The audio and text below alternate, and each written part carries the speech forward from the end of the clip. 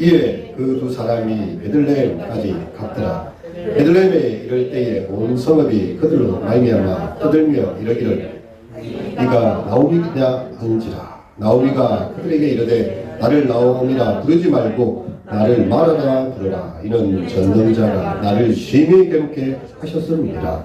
내가 풍족하게 나갔더니 여호와께서 내게 비어 돌아오게 하셨느니라.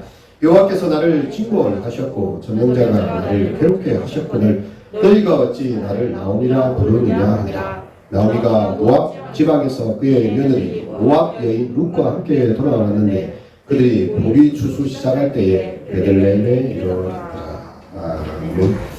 오늘 말씀은 이 보리 추수 시작할 때라는 제목으로 이렇게 귀한 말씀을 나누고자 합니다.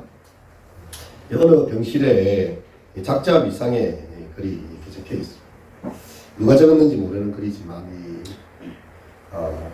수술을 하고 또 병원에 가서 치료를 받는 사람들이 곳에 이런 글이 적혀 있어요. 주님, 때때로 병들게 하심을 감사합니다. 인간의 나약함을 깨닫게 주시기 때문입니다. 가끔 고독의 수렁에 내던져 주심도 감사합니다. 그것이 바로 주님과 가까워지는 기회입니다. 일이 계획대로 안 되게 털어주심도 감사합니다. 그래서 나의 교만을 반성할 수 있기 때문입니다. 아들, 딸이 걱정거리가 되게 하시고 부모와 동기가 짐으로 느껴질 때도 있게 하심을 감사합니다. 그래서 인간된 보람을 깨닫기 때문입니다. 먹고 사는데 힘겹게 하심을 감사합니다. 눈물로서 빵을 먹는 심정을 이해할 수 있기 때문입니다. 불의와 허위가 특세하는 시대에 태어난 것도 감사합니다. 하나님의 의가 분명히 드러나기 때문입니다. 땀과 고생의 잔을 맛보게 하심을 감사합니다. 그래서 주님의 사랑을 깨닫기 때문입니다. 주님, 감사할 수 있는 마음을 주심에 감사합니다. 이런 글귀가 적혀 있는 거죠. 외초 감사드린데 감사할 게 없는데요. 내 인생은 왜 이렇게 꼬이고 있습니까? 감사드리는데 감사할 게 없어요. 아마 우리는 그렇게 말을 할 수도 있을 것입니다. 작년보다 몸은 더 안 좋아졌고 경기도 더 불황이고 먹고 사는 문제는 더 팍팍하며 가족관계는 더 삐거덕거리고 있고 나아진 게 없는데 뭘 감사를 한단 말입니까? 이렇게도 말할 수 있겠지만 아까 이렇게 읽은 이 시처럼 병들게 하시기 때문에 먼지 같은 인생을 깨닫게 하시고 나와 이거 겸손케 하시니 그게 하나님 앞에 감사한 일이 아닌가. 먹고 사는데 힘겨워서 눈물 젖은 빵을 먹는 그 심정을 나도 깨닫고 다른 사람의 마음도 이해하게 하시니 그것도 감사하다. 이 관점의 차이가 되는 거죠. 우리 살아가는 날에 항상 좋은 일들만 있지 않습니다. 물론 좋은 일들도 있습니다. 나로호가 7,000km를 뚫고 1톤이 넘는 그 모든 무게를 쭉쭉쭉 해가지고요. 세계 7위로 이렇게 우리나라 자체 기술로 우주 인공위성 궤도에 확 성공하고 있습니다. 그래서 다른 나라의 도움을 받지 않고도 이제 농경이라든지 수산업이나 여러 가지 일들을 이 인공위성을 자체 인공위성 기술로 그걸 컨트롤하고 그 정보를 해서 아주 이제 앞으로 그런 부분에 우리가 이 우주에 대한 자치권을 갖게 된다. 일본이나 미국, 중국, 유럽 연합이나 이런데 휘둘리지 않고요. 우리 자체로 할 수 있게 됐다. 우리가 알다시피 수많은 실패와 어려움들이 있었어요. 1990년대부터 한 30년 동안 계속해서 만들고 쏘아올리고 불발했다가 이번에도 먼지가 많이 나고 날이 안 좋아가지고 또 연기해가지고 쏘아올린 거 있거든요. 기상도 맞아야 되고요. 기계의 조작도 맞아야 되고 사람들의 그 아주 이 모든 과학기술과 함께 그 컨디션도 다 맞아야 되는 거예요. 하나라도 비떨어지면 우주공간 7,000km에 안정적으로 착륙할 수가 없어요. 또 많은 실패들이 있었기 때문에 아마 그래서 또 큰 환호로 우리에게 다가오지 않는가 생각이 듭니다. 전도서 기자는 우리 인생에 대해서 이렇게 요약하고 있어요. 전도서 7장 14절. 솔로몬의 지혜의 말 아닙니까? 형통한 날에는 기뻐하고 공부한 날에는 생각하라. 하나님께서 이 두 가지를 병행하게 하사 사람으로 그 장래를 능히 헤아려 알지 못하게 하셨느니라. 그래서 우리에게 형통한 날이 오면요 기뻐하는 거예요. 감사하고. 하지만 항상 형통한 날이 있지 않다는 것입니다. 하나님께서는 공부한 날도 주신다는 거예요. 허락하신다는 거예요. 그때는 생각하고 그때는 겸손히 또 그 시간들을 잘 이겨내면서 하나님께서 이 사람으로 하여금 정통과 공고함을 주시면서 어떤 날은 햇살을 쫙 주시지만 어떤 날은 소나비로 쏟아부으시고 그 가운데 인간이 어떤 것도 자기를 컨트롤할 수 없고 오직 하나님께만 모든 것이 있어요. 장래를 헤아려 능히 알지 못하게 하셨다 이렇게 말씀하셨습니다. 우리 삶에는 형통함과 공고함이 밤과 낮처럼 병행하고 있어요. 그래서 우리는 고난 당할 때에 이상히 여길 것이 아니라 그 고난의 시절을 생각하면서 한편 기도하면서 그렇게 하나님을 가까이 하는 기회로 삼아야 할 것입니다. 여러분 나무의 뿌리는요 언제 뿌리를 잘 내립니까? 우풍지대에서 뿌리를 내리나요? 바람이 세차게 몰아치면 나무도 뽑히지 않으려고 뿌리를 밑으로 막 대는. 가뭄이 심하면요 저 밑바닥까지 있는 물을 끌어당기기 위해서요 나무의 뿌리가 굉장히 견고해집니다. 이런 나무는요 웬만한 태풍이 와도 견뎌냅니다. 왜냐하면 이미 가뭄에 연단되어 있고요 그 바람에 연단이 돼가지고 뿌리를 깊게 받기 때문이죠. 겨울을 지난 나무에는 나무태가 하나씩 생겨요. 그 겨울에 차가운 순간들을 이겨내고 나무도 살아남은 거죠. 그래서 나이를 한 살 먹으면서 다른 그 생명들에 대해서 만날 때는 꽃과 열매로 만나지만 자기 자신을 볼 때는요 나무태로 자신을 성찰하고요 자기를 이렇게 내공을 다지고 자신의 모습을 보게 되는 것입니다. 우리는 지난 시간 나오미의 삶이 얼마나 텅 비었는지를 보았어요. 먹고 살기 위해서 이사도 가고 그 땅에서 이렇게 자부도 얻었어. 열심히 살아보려고 했는데 남편 죽고 아들 둘 다 죽고 과부 3명만 남은 참 처량한 시세가 되었습니다. 이 고난 가운데서 한 가지 기쁜 소식이 들려왔어요. 하나님께서 자기의 땅을 돌아보시고 공부하셔서 그 땅에 양식을 주셨다. 자기가 떠나온 베들레헴에 양식이 있다는 그런 소식이었어요. 그래서 하나님의 돌보심이 있는 곳으로 가야 되겠다. 이제 나오미는 합니다. 그 오르바는요 입맞춤을 떠나죠. 근데 오늘 이 룻은요 끝까지 어머니 백성이 나의 백성 되고 어머니 하나님 나의 하나님 될 것이고 어머니 죽어 묻히는 것이 나도 묻힐 것이니 제발 나를 죽는 일 위해 떠나라고 하지 마십시오. 이렇게 해서 끝까지 따라 붙이죠. 그래서 룻과 함께 돌아오게 됩니다. 룻과 나오미가 이 긴 여행 끝에 베들레헴에 도착했을 때요 온 성읍이 이 사람들의 돌아옴을 위해서 떠들썩했어요. 그들로 말미암아 떠들며 이러기를 왁작지껄했다는 거죠. 야, 그 먹고 살려고 한 집안이 이주를 갔는데 다시 돌아오는 이 장면을 보니까요 다들 이렇게 떠들썩했습니다. 10년이 넘는 세월. 근데 나오미의 모습이 너무 처량합니다. 그리고 그 남편도 없고 아들도 없고 그 며느리 하나를 이렇게 또 이방 여인을 데리고 왔는데 이 젊은 이방 여인이죠. 모압 여인. 온 동네 사람들의 관심거리였습니다. 이 도대체 나오미 참 무슨 일이 있었길래 이런 사연이 있는가. 그래서 이들 가운데 그를 알아본 사람이 자 뭐라고 이야기를 합니까? 20절 앞에 부분 읽겠습니다. 시작. 나오미가 그들에게 이르되 나를 나오미라 부르지 말고 나를 마라라 부르라. 예, 여기까지. 자, 이를 알아보면서 야 나오미가 왔다. 어제 멀리 떠났던 사람이 다시 돌아오면 얼마나 반갑겠어요 다들.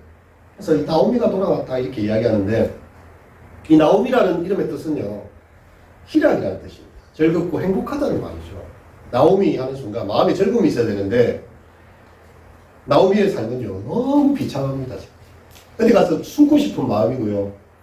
정말 그 자신의 심정이 너무 자기의 이름과 걸맞지 않는 그런 상황이 된 것이죠. 그래서 그녀가 대답하면 나를 나오미라는 이름으로 칭하지 말아라. 내 인생의 꼴을 한번 봐라. 나를 말하라 부르라 말하라 부르라. 이는 전능자가 나를 심히 괴롭게 하셨습니다. 여기 말하라는 단어는 괴롭힘이라는 단어입니다. 괴롭힘. 힘들다는 거죠. 고생바가지라는 거죠. 내 인생은 고생바가지인데 무슨 기쁨과 희락이라고 부르느냐. 우리가 이 출애굽기를 보면서 이 마라에 대해서 알고 있지 않습니까? 이스라엘이 출애굽을 하여서 광야를 길을 향할 때에 목마를 때였어요. 급히 물을 마시고자 했습니다. 근데 그 물은 쏘기는 물이었어요. 쓴맛이 나는 그 물이었습니다. 괴로움이라는 이름으로 마라의 샘이라고 이름을 붙입니다. 우리는 그 물에서 달콤함을 얻고 해갈을 얻을 줄 알았는데 도리어 사람을 더 이렇게 갈증나게 만들고 쏘기는 물이라는 거죠. 괴로움의 물이라는 말입니다. 나오미 인생이 마치 그랬던 거예요. 자기 인생은 기쁨과 희락을 찾아 이사도 해보고 며느리도 없고 정말 열심히 살아왔는데 자기 인생은 쓴물과 같은 헛물 켜는 그런 인생이었다는 거죠. 마실 물을 찾아갔는데 그 물이 도리어 쓴물이 된 그런 속이는 물과 같은 자기 인생이었다. 나오미는 자신의 인생을 이렇게 표현하고 있습니다. 21절 다음에 읽겠습니다. 내가 풍족하게 나갔더니 여호와께서 내게 비어 돌아오게 하셨느니라. 여호와께서 나를 징벌하셨고 전능자가 나를 괴롭게 하셨으니 너희가 어찌 나를 나오미라 부르느냐 하니. 그래도 나오미 가족이 이주할 때만 해도요 제법 풍족한 삶이었어요. 흉년이 들어서 여기에 살만하지 못해서 가긴 했지만 뭐 아무나 이주합니까? 아무나 해외에 가서 살아요? 그나마 이렇게 뭐 돈이 있는 사람들이 밖에도 갑니다. 없는 사람들은 밖에 이사도 못해요. 풍족하게 나갔다면 나름 믿을 만한 남편이 있었고 두 떡대 같은 아들이 딱 있는데 뭐 이 여인이 뭐 꿀릴 게 있었겠습니까? 나는 풍족하게 나갔다는 거예요. 근데 그 결과가 어땠습니까? 비어 돌아왔는데 이것은 그냥 돌아온 게 하나님께서 나를 비어 돌아와요. 하나님이 나를 비게 만드셨다는 거죠. 전능자가 나를 징벌하셨다. 전능자가 나를 괴롭히셨다. 이런 말이 계속 연달아서 나오고 있어요. 정말 이 자신의 삶이 비어있다는 것으로 표현합니다. 물론 두 아들과 남편의 죽음도 이야기할 수 있겠지만 개인적으로 이제 나이가 들어서 더 이상 자녀를 생산할 수 없다는 거예요. 이제 후사에 대한 약속이 없는 자기 인생이 여기서 끝난 것입니다. 텅 빈 인생. 더 이상 소망을 가질 수 없는 인생. 불임의 여인. 앞으로 희망이라고는 보이지 않는 내 인생, 텅 빈 인생이다라는 것이죠. 이방 땅에서 늙은 과부 나오미를 진정으로 괴롭혔던 것은요. 그럼 단순히 일어나는 비극적인 그런 자기의 일들만이 아니었습니다. 앞날에 대한 막연한 두려움만이 아니었어요. 오늘 본문에도 나오고 있지만 하나님께서 자기를 손으로 치고 있는 거예요. 하나님께서 나를 치셨다는 이야기예요. 이런 말을 쉽게 쓸 수 있습니까? 그냥 우연히 닥친 불행이다. 내 팔자가 사납다. 이 정도가 아니고 하나님께서 자기를 공격하고 계시고 자기에 대해서 징벌을 하고 계시다는 그런 의식입니다. 정말 그 고통스러운 인식이지요. 이런 이 비극의 원인에 대해서 우리가 찾아보려 하지만 추측은 할 수 있지만요. 뭐 이렇게 정확하게 꼬집어서 말할 수는 없어요. 남편이 가나안 땅에 있지 않고 약속의 땅 베들레헴이 아니고 모압 땅으로 갔기 때문에 하나님께서 치신 것인가? 뭐 단순하게 그렇게 생각할 수도 있고요. 나오미의 아들들이 이방인의 여인들과 결혼했기 때문에 하나님께서 기뻐하지 않은 것이 이렇게도 생각할 수 있습니다. 하지만 그건 다 추측일 뿐이고 성경 어디에도 그것 때문에 그랬다라고는 이야기를 하고 있잖아요. 우리에게 불어닥치는 재난과 비극을요, 이런 도덕적 잣대로 다 설명할 수 있습니까? 재난과 비극은 악인에게만 일어나는 것이 아니고요, 선인에게도 일어납니다. 여러분, 욥을 우리 다 알지 않습니까? 하나님께서 보실 때 가장 의롭고 정직한 사람이었어요. 근데 욥은 모든 것을 다 잃었습니다. 정말 자기 몸뚱아리밖에 하나 남은 게 없어요. 친구들이 와서 하는 말이고, 죄 없이 망한 자가 뭐니? 빨리 회개해라 이거예요. 욥이 참 웃깁니다. 웃겨. 자기 친구들이 자기보다 나은 게 하나도 없는데 자기 보고 와서 네가 잘못했으니 회개하라고 막 회개를 외치고 있습니다. 회개를 외치고 있습니다. 참 이 나중에 결말을 보면 알지만 하나님께서 욥이 친구들을 불쌍히 여기서 그들을 위해서 대신 이렇게 제사를 드리라고 그들을 용서하는 기도를 하라고 이야기하죠. 욥이 더 의로워요. 의로운 자 욥에게도 엄청난 시련의 폭풍이 밀어 닥칩니다. 7 아들과 3 딸이 다 죽고요. 하루 밤에 파산이 다 됩니다. 자기 집에 있는 재산이 다 날아가고 자기 몸에 정수리 끝부터 발끝까지 종기가 나서 요새 이제 원숭이 두창 확진자가 이제 한국에도 생겼다는데 온몸에 그렇게 종기가 나는 거예요. 그래서 기와로 긁으면서 고통을 하나님께서 나를 침 삼킬 동안도 나를 가만두지 아니하신다. 얼마나 고통이 심했으면 침을 삼키는 동안 그 짧은 순간에도 고통이 떠나지 않는다는 거예요. 얼마나 괴로워. 하루 이틀이 아닙니다.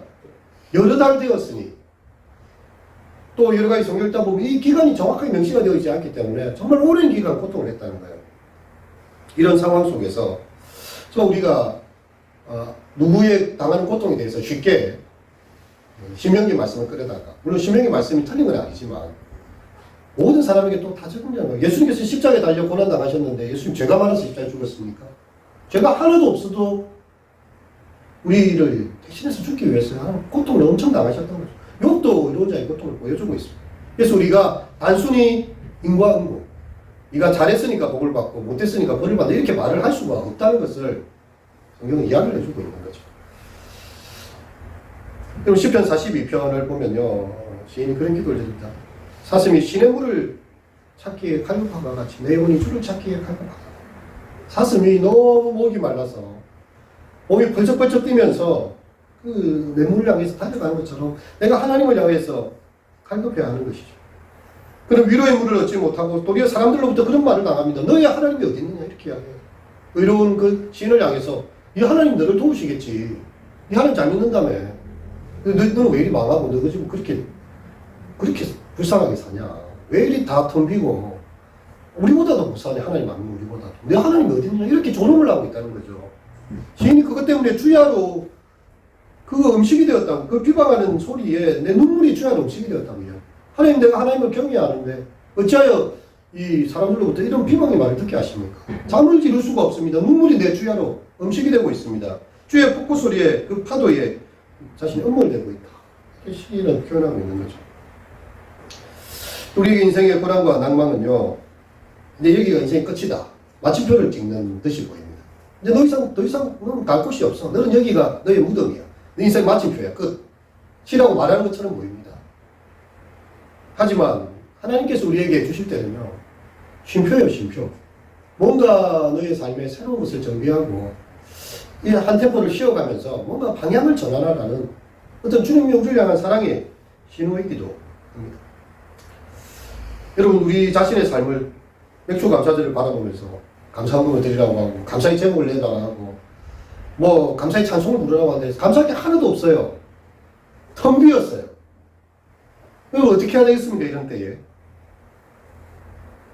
우리 친구나 가족들에게 그런 형편에 있는 사람들 알고 있잖아요. 잘 나가다가 한순간에 몰락하고요. 한순간에 빚쟁이에 쫓겨다니고 한순간에 전화기도 없애버리고 전화 다 끄버리고 잠수 타는 사람 많습니다, 요새. 사람들과 만나기가 힘든 거예요. 누가 자기 한번 묻는 게 정말 두렵고 괜찮은 거예요. 사회적 우울감은요, 이 코로나가 끝났다고 해서 없어진 게 아니에요. 코로나 블루, 이 우울감은 더 심해지고 있어요.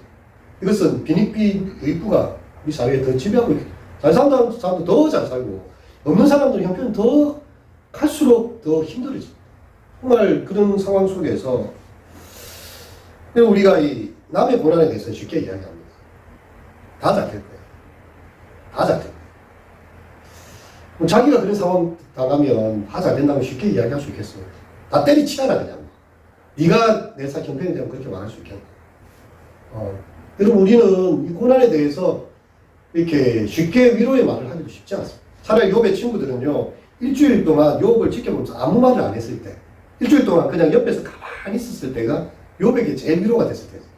입을 열기 시작하니까 욥에게 다 상처가 됩니다. 그냥 힘들고 아픈 사람은요, 말하면 안 돼요. 그냥 먹을 거 갖다 주고, 같이 밥 먹어주고, 그러니까 옆에 가만히 있어주고, 그게 필요한데, 우리는 무엇을 자꾸 말을 하고 싶어요.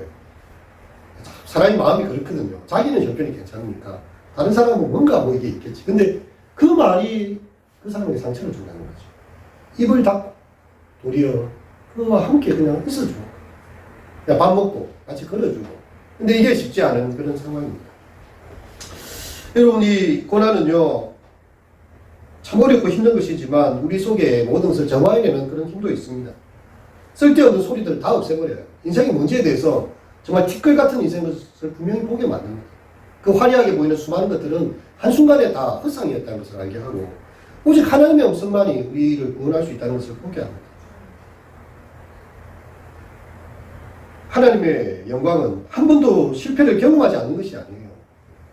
하나님 잘 믿었더니 아무런 고생 없이 잘 살았더라. 이게 하나님의 영광이 아닙니다. 실패하고 넘어지고 쓰러지지만 기가 막힌 운동에 빠지지만 기가 막힌 운동에서 건져내시고 회복케 하시고 시편 30편에 보면요, 저녁에 어려움이 기숙해 있어요. 하지만 아침에 기쁨의 옷을 입습니다. 하나님 앞에 기도하지요. 하나님, 죽은 자가 어떻게 먼지가 되어서 하나님의 이름을 찬송 부를 수 있겠습니까? 다윗이 그렇게 기도하죠. 근데 하나님께서 그의 기도를 내시고 그 굴등에서 건져내시고요, 그의 노염은 잠깐이라도 그의 은혜 베푸시는 것은 평생이로다. 할렐루야. 하나님께서 항상 노엽게, 항상 우리에게 그렇게 하시지 않고 그것은 잠깐이고 우리에게 현재의 고난은 장차 나타날 영광이 좋게 비교할 수가 없다. 분명 고난도 있고 아픈 거 있지만 하나님께서 마침내 드러내실 그 자비로우신 얼굴, 은혜로우신 얼굴을 숨기고 계시다는 거죠. 나오미는 베들레헴 여인들에게 이 모든 재난의 원인은 하나님께 있다고 이야기를 표현을 했습니다. 아들과 남편의 죽음, 나의 어떤 죄에 대해서 하나님이 심판했다라고 이야기하는 그런 개념이 아니고요. 그냥 모든 상황에 하나님께서 나의 이름을 다 허락했다는 거죠. 허용했다는 거죠. 그래서 하나님의 손이 나를 치셨다라는 그런 아픔입니다. 나를 나오미라 칭하지 말고 마르라 칭하라. 내가 풍족하여 나갔더니 여호와께서 나로 비어 들어오게 하셨고 나를 징벌하셨고 듣는 자가 나를 괴롭게 하셨거늘 너희가 어찌 나를 나오미라 하느냐. 그럼 하나님께서는 어떤 이유인지 모르지만 하나님의 사랑하는 백성들을 공중 가운데 잠시 놓아두시는 때가 있는 것 같습니다. 하지만 그렇다고 해서 하나님의 인자하심과 그 인애로우심이 거쳐지는 것은 아니죠. 나오미는요, 이 불평을 하고 있어요, 좀. 그죠? 나오미의 말이 그렇게 뭐 기쁘고 좋은 말은 아니잖아요. 좀 가시가 돋쳐 있잖아요. 아, 하나님 진짜 내한테 너무 하신다는 말이죠, 사실은. 왜 이렇게까지 허락하셔야 되는가? 그래도 나는 하나님 백성이고, 나는 하나님이 권고하시는 땅에 이렇게 하나님을 믿고 돌아오는 사람인데, 그 속에서 입에는 이렇게 조금 힘든 게 있지만, 그래도 그 여지는요, 하나님께 돌아오는 것이죠. 집순한 탕자가 결국 돌아오잖아요, 아버지 집에. 그죠? 그것처럼 나오미도 그렇게 돌아오고 있습니다.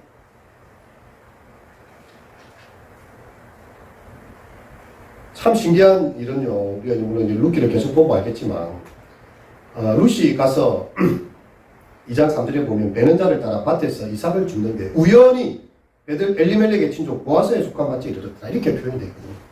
이 우연히, 이제 인간 입장에서는 우연이죠. 그 수많은 밭이 있는 베들레헴의 그 이삭 주로 갈 밭이 얼마나 많겠습니까? 다 이제 농경사회고. 근데 하필 또 들어간 그 밭은요, 보아스의 밭이죠. 이게 굉장히 중요한 포인트입니다. 하나님께서 그의 가정을 살리고요, 그의 기업을 다 회복하게 하는 사람은 이 보아스의 밭. 근데 하나님께서 이 은총을 베푸시고 계신 거죠, 벌써. 우연히 걸어갔는데 하필 보아스의 밭에 가서 이삭을 죽게 만드는 거예요, 하나님이. 그러니까 하나님께서는 말씀하지 않는 것 같지만 이 나오미의 부름도 듣고 계시고 그의 마음의 아픔도 알고 계시고 뭔가 이제 작은 사인을 주기 원하는 것입니다. 문제의 해결은요, 바로 하나님께 있는 것이고요. 어떻게든 하나님께 돌아오기만 하면 하나님께서 은총을 베푸십니다. 우리가 요나스를 보면 요나가 되게 웃긴 선지자 아닙니까? 요나야, 너는 일어나서 저 큰 성 니느웨로 가서 이 성에 멸망이 있을 것인가 회개하라고 했죠. 하나님 싫은데요 하고 다시스로 도망가죠. 그래가지고 이제 그것도 배 밑으로 내가 꿀꿀 잠을 자고 있어요. 선장이 와서 부릅니다. 지금 다른 사람들은 다 자기 신의 이름을 부르면서 이 태풍 가운데 일하고 있는데 니 혼자 잠자고 있으면 어떻게 하냐. 너 어디서 왔느냐 이렇게 물어보죠. 나는 하나님 성경의 사람이다. 이렇게 요한 나옵니다. 제비 딱 뽑으니까 요나한테 걸립니다.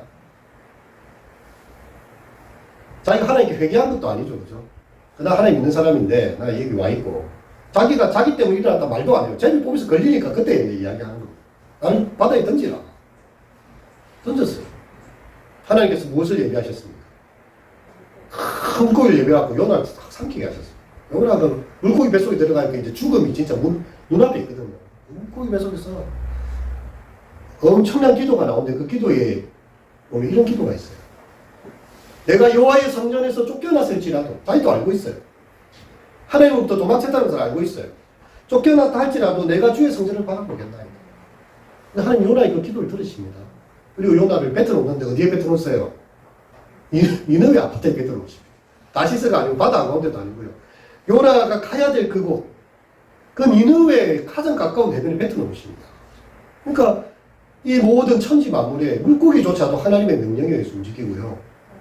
이 루스의 발걸음조차도 하나님께서 보아스의 밭으로 보내시고, 어쨌든 내가 여호와의 성전에 쫓겨났다 할지라도 주의 성전을 바라보겠습니다. 그 마음을 표현한 거잖아요. 나오미도 텅 비어 나갔지만 내가 하나님의 은혜가 있는 베들레헴으로 돌아옵니다. 지치고 상한 영혼, 내 영혼을 주님 받아주시옵소서. 그런 마음으로 왔을 때요, 벌써 하나님께서 일하고 계신 거예요. 벌써 하나님께서는 그 마음이 돌이키는 순간 준비된 은혜들을 허락하신 것입니다. 우리는 여기서 한 가지 짚고 넘어가야 할 것인데, 이 나오미의 슬픈 노래, 애가라고 부르죠, 애가. 이것이 이 불평을 넘어서 하나님께 대한 기소처럼 이렇게 나아가는 좀 이렇게 기도해도 되는가? 하나님 나를 치시고 말이지. 하나님 내 풍족한 삶을 텅 비게 만드셨고, 전능자가 나를 괴롭게 하시고, 이렇게 오늘 본문에서 이야기하고 있잖아요. 여러분, 하나님에 대한 이런 애가는 잘못된 것일까요? 어찌 거룩하신 하나님 앞에서 이런 불평 따위를 쏟아낼 수 있다는 말인가? 우리 오직 하나님은 찬양과 감사만 받으셔야 하는 분이 아닌가? 약간 여기서 신학적인 축도가 일어납니다. 그죠? 하나님께는 감사와 찬송만 드려야지 불평과 불신앙의 소리를 하지 말라는 말이죠. 이거는 이제 신학적인 의미로 보면 그렇게 말을 할 수가 있겠지만요. 여러분이 나오기 처지가 안 되십시오. 진짜 아무것도 없고 내 홀몸만 텅 빈 채 남아있습니다. 소망이 없어요. 나이라도 젊으면 앞으로 뭔가 재기의 기회라도 있겠는데 이렇게 나이가 5, 60 다 돼가지고 이제 이렇게 파산을 맞은 거예요. 나이가 한 20, 30대도 아니고 재기할 무슨 기회가 있어요. 시간이라도 있어야죠. 나오미는 지금 나이가 많이 든 상황이에요. 참 이런 생활 속에서요, 나오미의 이 애가 터져나갔어요. 언뜻 보기에는 굉장히 불평하는 것처럼 보이지만 이것은 한 신앙의 표현입니다. 그녀는 자신의 삶을 하나님께 온전히 신뢰하기를 여호와께서 마치 자신을 버린 것처럼 보일 때에 하나님 언약에 대한 질문을 드리고 있는 거죠. 그래도 하나님, 내가 하나님 섬기는 사람은 아닙니까? 내가 잠시 곁길로 가긴 했지만 내가 그래도 하나님 섬기는 사람 아닙니까? 라는 것이죠. 이 여인은 자신의 아픔을 숨기려 하지 않았습니다. 솔직하게 다 털어놨어요. 하나님 앞에. 있는 모습 그대로 하나님 앞에 그냥 산책이 나는 그 모습 그대로 다 쏟아놓고 있어요. 그리고 의사 앞에 나가는 환자가요, 나는 아무 문제가 없어요, 선생님. 이러면 의사가 어떻게 해야 됩니까, 이거? 지금 아파서 와 있는 사람한테 당신의 환부를 보여달라고 뭐가 문제인지 이야기하는 건데, 의사 선생님, 저 의사 너무 존경하고요. 이 병원도 너무 좋아하고, 나는 아무 문제가 없어요. 그럼 이 의사를 신뢰하는 사람입니까, 이 사람은? 당신을 못 믿겠다는 말이죠, 사실은. 나는 다른 의사, 다른 병원을 찾겠다는 말. 이 병원에서는 보니까 이 의사 돌팔이 같고, 기계도 마땅치 않아 보이고, 별로 이렇게 신뢰가 안 가니까. 병원에 왔다가도 자기 속마음을 이야기하면 돌아갑니다. 근데 정말 신뢰하는 의사 앞에 가면 뭐라고 이야기하겠습니까? 요새 어질어질한 게 몸이 예전 같지 않고, 요새 정말 몸이 좀, 다리도 후들후들 들리고, 갑자기 픽 쓰러지기도 하고, 악몽도 꾸고, 잠도 못 자고, 막, 온갖 이야기들 다 쏟아내. 신뢰할 만하고 믿을 만한 의사한테는요, 자기의 그 수치가 없어요. 왜냐하면 의사가 나를 고쳐줄 걸 믿기 때문에, 아픈 거 다 이야기합니다. 다 이야기해요. 의사는 계속 이야기하고, 또 뭐, 이렇게, 밥은 잘 드십니까? 밥도 잘 드세요. 소화는 잘 시키고, 운동 잘 됩니까? 그런 거 다 이야기해요. 여러분, 그거예요. 하나님 앞에 병든 자에게는 의사가 쓸데없죠. 병들지 않은 건강한 사람에게 의사가 쓸데없죠. 병든 사람한테 쓸데있는. 하나님께서는 우리를 의인을 불러놓으시지 않았어요. 죄인을 불러 해결시키러 오셨습니다. 그래서 하나님 앞에 와서 얼마든지 쏟아놓고 기도하라. 여러분, 시편을 읽어보셨습니까, 혹시? 시편 읽다 보면 저주시가 나와요. 저주시가. 하나님 나를 괴롭히는 저 원수의 아이들이 막 돌바닥에 맺힘을 당하게 하시고, 우리가 생각할 때, 내 원수를 사랑하려고 했는가? 이런 기도를 드려도 되나? 자기가 원수가 얼마나 자기를 괴롭히는지 그 분노함을요, 원수에게 보복을 하는 게 아니라 하나님께 그냥, 하나님 내가 이 정도로 힘들다 이거예요. 이 원수들이 얼마나 나를 괴롭히는지 죽겠습니다 하나님. 하나님께서 봉해달라는 기도죠. 그래서 탄식시와 저주시가 많아요. 성경을 읽다가 깜짝깜짝 놀래요. 아니 어떻게 이런 말들이 성경에 기록이 되어져 있는가? 아니 나오미 어떻게 이렇게까지 하나님 앞에서 하나님 나를 치셨다고 나를 괴롭게 한다고 이렇게까지 이야기할 수 있는? 성경은 그렇습니다. 성경은 우리 하나님 앞에서 힘들면 힘들다고 이야기하라는 거예요. 기도는 고장이 아니에요. 어린애가 자기 엄마 앞에 가서 뭐라고 합니까? 다치면요, 조금 다쳐도 한 10배 다친 것처럼 막 응석을 틉니다. 옆에 다른 아저씨가 물어보면 자기 괜찮다고 절뚝절뚝 갑니다. 왜냐면 이 아저씨를 신뢰할 수가 없어요. 근데 엄마한테 가면요, 어머거리고 막 세상 떠나갈 듯이 웁니다. 왜? 엄마는 나를 다 받아줘요. 그 앞에 울기 위해서 다른 데서는 울음을 참은 거죠. 엄마 내 빨리 지금 죽겠다고 막. 엄마는 막 또 안아주고 다독 끓여주고 막 상처 호해주고 막 별거 아닌데도 그 마음을 다 표현하는 거예요. 그게 부모와 자녀의 관계 아닙니까? 여러분 솔직히 여러분 자녀들이 생각해보세요. 잘 지내나? 아무 문제 없어요. 그럼 기분 좋습니까?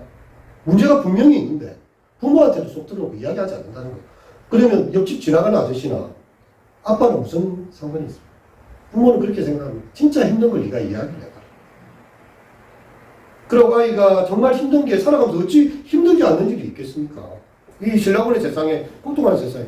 근데 부모는 솔직하게 털어놓기를 바란다고요. 지금 당장 해결해 주지 못한다 할지라도 나중에라도 내가 어떻게든 해볼 거고. 네가 그렇게 힘든데 그 때문에 같이 울어주기도 하고 같이 기도하기도 하고요. 그게 부모와 자녀 사이 아닙니까? 하나님 앞에 왔는데 맨날 감사만 있어요. 어떻게 맨날 감사만 있을 수가 있나요? 하나님 너무 힘들어 죽겠습니다. 하나님 이러다 죽겠습니다. 하나님. 어떻게 하나님 나를 이렇게 꼬이게 하실 수 있습니까? 라고 하는 게 기도다. 그게 기도예요. 진짜 기도예요.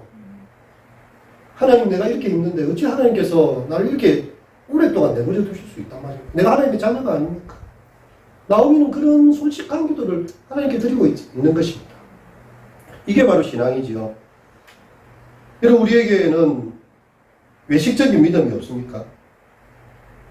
예수님은 산상수훈에서 이렇게 이야기했어요. 애통하는 자가 복이 있다 했습니다. 저희가 위로를 받을 것이다. 근데 바리새인들은요 예수님 앞에서 자기들이 아주 완벽한 모습을 보이려고 했어요. 근데 세리와 장기들과 죄인들은요 자기의 죄인들 모습을 그대로 다 드러냈어요. 예수님은 그 연약하고 자기의 잘못을 아는 사람들, 허물을 많은 사람 그들과 식사하셨지. 아 우리는 하나님 잘생기고 우리는 아무 문제 없으니까 하는 바리새인들과 친구가 될 수가 없었어요. 그들은 예수님 필요로 하지 않았거든요. 그들은 자기 행위로 잘 살고 있었거든요. 예수님은 나는 돌에 맞아 죽을 인생이고 나는 사람들한테 버림받은 인생이고 그런 사람들 그 곁에서 식사하시고 그들의 아픔을 들어주시고 그들의 상처를 치료하시고 그들을 구원하셨지 않습니까? 근데 우리 하나님 앞에 나오면서 나는 아무 문제가 없습니다. 나는 다른 사람들과 같이 아니하면 감사하나이다. 우리 바리새인적인 기도 드릴 때 굉장히 많이 했습니다. 하나님 나는 감히 얼굴을 들어서 주님 얼굴 뵙지도 못하겠습니다. 가슴을 치면서 나는 죄인입니다. 그 기도가 나는 죄인입니다. 이 기도가 나는 다른 사람보다 같지 않으면 감사합니다. 이 기도보다 더 의롭다는 거예요. 주님 말씀은.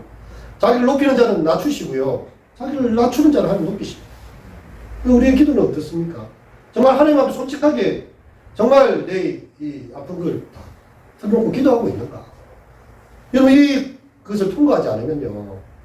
감사는 외식적인 감사일 뿐입니다. 입으로는 감사하겠죠. 하지만 진짜 마음에 감사가 없어요. 진정한 감사를 드리기 위해서는 우리의 속에 있는 걸 다 쏟아가야 돼요. 어찌 울부짖지 않을 수 있으며 어찌 그것 때문에 우리가 가슴 아파하지 않을 수 있습니까? 우리가 어디에 가서 이런 것을 털어놓겠습니까? 하나님 앞이죠. 나를 지으신 하나님, 나를 사랑하시는 하나님, 자기 아들 아끼지 않고 우리 모든 사람을 내주신 하나님, 그 하나님 앞에 다 쏟아놓을 수 있고요. 단지 쏟아놓는 것에 끝이지 않습니다. 하나님은 그 상처를 싸매시고 상한 때도 꺾지 아니하시고 꺼져가는 십지도 끄지 아니하시는 하나님, 그것을 다 회복시키시고 그걸 여기셔서 또 하나님의 은혜로 새롭게 하시는 것이지요. 여러분 성경의 시편은 찬양과 감사만 있는 것이 아닙니다. 탄식과 저주가 같이 있습니다. 우리가 하나님께 나아가는 노래는 승승장구할 때 승리의 노래만 부르는 게 아니에요. 실패의 순간에도 부르는 노래가 있어요. 쿰바야 말로. 여러분 그 흑인 영가족이 아시죠? 쿰바야 말로 쿰바야. 이 흑인들이 아프리카에서 이 노예로 잡혀갔어요. 그래서 뭐 영어로 듣는데 영어가 잘 안 들려요. Come by here라는 말이거든요. 여기 오소스라는 영어가 come by here. 발음도 안 되고 잘 들리지 않아서 쿰바야라고 그래요. 쿰바야. 이 아프리카식 발음으로 쿰바야가 된 거예요. 우는 자 위에 오소서. 우는 자 위에 오소서. 오주에 오소서. 눌린 자 위에 오소서. 눌린 자 위에 오소서. 오주에 오소서. 하나님은 우는 자들 위에 오시고요. 눌린 자들 위에 오시고 아파하는 자들 위에 오시기 때문에 그 흑인 연가를 부르면 가슴이 찡하잖아요. 그렇게 하나님 앞에 부르는 노래입니다. 억울해도 부르고 천대받으면서도 부르고요. 부모에게 버림받으면서도 부르고 친구와 사랑하는 사람에게도 버림받아도 부를 수 있는 노래가 바로 시편의 노래입니다. 사방의 쑥여쌈을 당해도 부를 수 있는 노래고 죽음을 앞둔 눈앞에서도 부를 수 있는 노래입니다. 내 억울한 사정을 다 들어주시는 하나님, 절망의 자리에서도 소망을 주시는 하나님, 나 대신 싸워주시는 하나님, 나를 위해서 십자가 지시고 대신 고난당하시는 하나님. 그래서 마른 땅같이 주님을 사모하면서 그렇게 기도를 드리는 것입니다. 나오미 애가가 그런 노래입니다. 언뜻 보면 불평처럼 보이지만 깊이 보면요. 나오미는 정말 하나님을 신뢰하고 있는 거예요. 하나님께 모든 것이 다 있습니다. 이제 나에게도 좀 소망을 주십시오. 우리의 인생 깊은 곳, 음침한 사망의 골짜기를 지날 때에도 부를 수 있는 노래. 그리고 하나님 구하시는 재산은 무엇이라고요? 상한 심령이에요, 그거. 아, 나는 잘 살고 있습니다. 하나님 그런 거 원하지 않는다고. 뭘 잘 살긴 잘 살아요. 그런 거는 다른 사람 앞에서 자기가 괜찮게 보이고 싶을 때 그렇게 하고, 하나님 앞에 올 때는 상한 심령을 갖고 나와요. 하나님 내가 이렇게 참 못나고, 참 이렇게 낮은 자존감에, 참 죽을 돌 살 돈 알지 못하고, 참 먼지처럼 비참하게 살고 있습니다. 정말 내가 죄인이고, 소망 없습니다. 하나님 아니면 나는 어디 갈 데도 없어요. 라고 상하고 통회하는 마음을 하나님 앞에 쏟아놓는, 그걸 하나님 제일 기뻐하시는 제사라는 거예요. 그게 하나님 기뻐하시는 기도지. 다른 사람들처럼 같지 아니하고 이렇게 풍족하게 살게 하시면 감사합니다. 이렇게 신앙생활 잘하게 하시니 감사합니다. 그런 바리새인 같은 기도는 집어치워라 이 말이죠. 하나님께서 기뻐하시는 제사가 아니라 정말 내 속에 있는 그 가장 기쁜 곳에 누구에게도 털어놓지 못하는 그 고통의 아픔을 하나님 앞에 쏟아놓는, 통회하는 마음을 하나님께서 가장 기뻐하시는 제사를 받으신다. 우리는 나중에 이제 보면 알겠지만 루키 4장 13절 이하에 보면 아들 낳을 수 없었던 나오미가 루시 낳은 아들을 가슴에 안게 되잖아요. 베들레헴 여인들이 소리 높여 노래를 하죠. 나오미가 아들 낳았다. 누가 낳았다고요? 나오미가 낳았다. 루시 분명히 낳았는데 사람들이 볼 때는 나오미가 낳았다는 거예요. 나오미에게 하나님께서 아들을 주셨다 이렇게 이야기합니다. 그의 진정한 눈물 뒤에, 그의 진정한 기도 뒤에 하나님께서 기쁨의 관을 확실하게 씌워주시는 거죠. 네가 그렇게 내 앞에 네 마음을 다 토해냈기 때문에 나는 거기서 반드시 응답한다는 메시지가 되는 것입니다. 지금도 이해되지 않는 고난 때문에 남부를 슬픔을 당한 분들이 계실 수도 있어요. 정말 이거 남편한테도 이야기 못해요. 정말 우리 가족한테도 이야기 못해요. 아내한테도 이야기 못해요. 부모님한테도 심지어 이야기 못해요. 자기 속에만 안고 있던 자신만의 그 고독한 질문 앞에서 그렇게 힘들어하는 사람들이 있을 수 있습니다. 하지만 그 가운데서 기도의 창을 열고 상처받은 마음조차 하나님 앞에 원망할 수밖에 없는 우리의 연약함조차도 깨어드리면서 하나님 정말 이것이 나의 모습입니다. 나의 진짜 모습은 바로 이것입니다. 여러분 나오미가 그런 기도를 드린 것입니다. 자기의 체면도 다 집어치우고요. 뭐 다른 사람들이 네가 신앙이 있니 없니, 네가 그렇게 불평할 수 있니 없니 말할 수 있겠죠. 하지만 그런 것도 개의치 않습니다. 나는 하나님이 치셨으면 너무 아프다. 내 인생이 너무 비참하다. 그래도 나 하나님께 돌아왔다. 이렇게 이야기를 하고 있는 거죠. 이사야 55장 8절과 9절에 이런 말씀이 있습니다. 내 생각은 너희 생각과 다르며 내 길은 너희 길과 달랐어. 하늘이 땅보다 높은 같이 내 길은 너희 길보다 높으며 내 생각은 너희 생각보다 높으니라. 하나님께서는요, 우리가 헤아릴 수 없는 그 깊은 세계를 가지고 우리의 삶을 다 알아보시고 또 우리의 삶에 예기치 못한 모든 것들을 준비하고 계신 것이죠. 자, 우리 마지막 절 다 함께 읽겠습니다. 22절 시작. 나오미가 모압 지방에서 그의 며느리 모압 여인 룻과 함께 돌아왔는데 그들이 보리 추수 시작할 때에 베들레헴에 이르렀다. 보리 추수 시작할 때. 굉장히 의미심장한 말입니다. 1장 1절은 그 땅에 흉년이 드니라고 시작됐는데요. 1장 마지막 22절은 보리 추수 시작할 때 끝이 나고 있습니다. 하나님께로 돌이킨 것. 그 자체가 하나님께서 이제 추수의 시작, 뭔가 나오미 삶에도 새롭게 열려질 새로운 세상, 그의 가문을 일으키시는 하나님의 놀라운 은혜. 나중에 보면 알겠지만 그 가문이 다윗의 가문이 되지 않습니까? 룻이 보아스와 결혼하여 오벳을 나중에 낳게 되죠. 이세를 나중에 낳게 되죠. 이세가 다윗 아버지잖아요. 하나님께서는 정말 이 가정을 위한 위대한 계획을 준비하고 계신데 지금 마음은 나오미 아프지만 하나님 앞에 기도했다는 거예요. 바로 그것입니다. 너희는 여호와를 만날 만한 때에 찾으라. 가까이 계실 때에 그를 부르라. 악인은 그 길을 불의한 그 생각을 버리고 여호와께로 돌아오라. 그가 긍휼히 여기시리라. 우리 하나님께로 나오라. 그가 널리 용서하시리라.